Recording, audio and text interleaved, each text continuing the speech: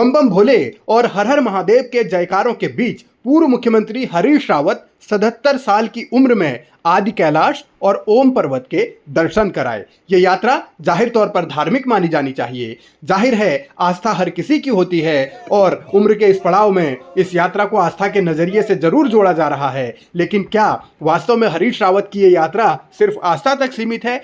क्या सिर्फ धार्मिक यात्रा तक उनका ये पूरा दौरा शामिल है या फिर इसके सियासी मायने भी निकाले जाने चाहिए?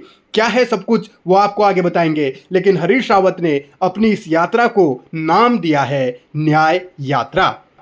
इन्होंने सरासर झूठ बोला फिर से और ये कहा कि कांग्रेस आएगी सत्ता में तो कांग्रेस के नेताओं ने, हरीश रावत ने वादा किया है कि मुस्लिम यूनिवर्सिटी बनाएंगे, जबकि हमारा संविधान धर्म के नाम पर किसी भी प्रकार से कोई शिक्षण संस्था, कोई और संस्था खड़ा करने की अनुमति नहीं देता है, क्योंकि जो मुस्लिम यूनिवर्सिटी या बनारस हिंदू यूनिवर्सिटी बनी है वो संविधान के अस्तित्व में आने से पहले बनी थी। संविधान इसकी अनुमति देता ही नहीं तो कोई मांग ही क्यों करेगा और कोई पागल वादा ही क्यों करेगा।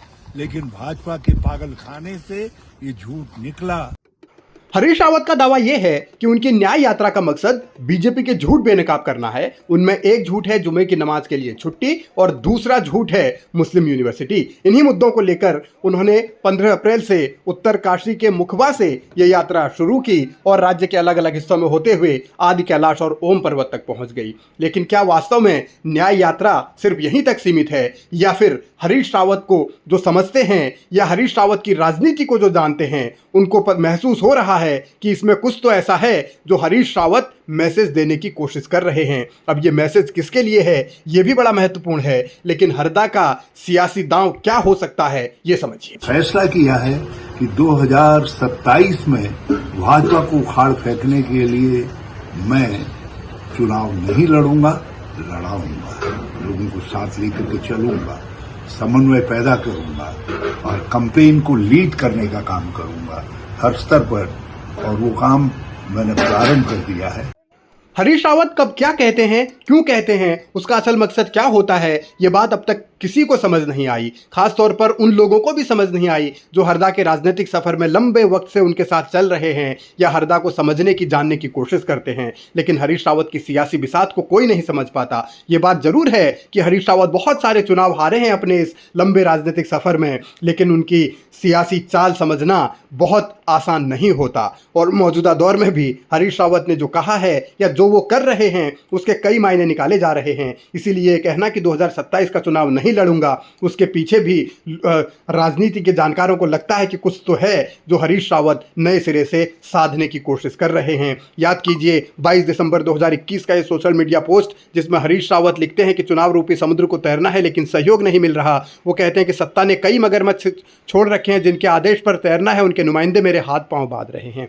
मन में बहुत बार विचार आ रहा है कि हरीश रावत अब बहुत हो गया, सब बहुत तैर लिए, विश्राम का समय है। लेकिन फिर एक तरफ वो कहते हैं कि न दैन्यम न पलायनम, यानी पलायन नहीं करूंगा। भगवान केदारनाथ को वो याद करते हैं और फिर 2022 में उनको कैंपेन कमेटी का चेयरपर्सन भी बनाया गया। ये बात अलग है कि चुनाव कांग्रेस हार गई, हरीश रावत खुद लाल कुआं हार गए, लेकिन हरदा ने जो प्रेशर पॉलिटिक्स एक राजनीति में शब्द यूज किया जाता है, ये कहा गया कि उसका इस्तेमाल किया। अब जब हरीश रावत ये कह रहे हैं कि चुनाव नहीं लड़ूंगा तो बीजेपी उन्हें संन्यास की याद दिला रही है। अच्छा होता हरीश रावत जी जहां चुनाव लड़ने की घोषणा करते, साथ ही ये कह देते कि मैं अब राजनीतिक क्षेत्र से संन्यास ले रहा हूं। आज अनेकों खिलाड़ी अपने खेल क्षेत्र से संन्यास राजनीतिक खेल के रूप में उन्होंने लिया है और मैं चाहता हूं हरीश रावत जी कांग्रेस से ही नहीं राजनीति से भी उनको संन्यास लेना चाहिए।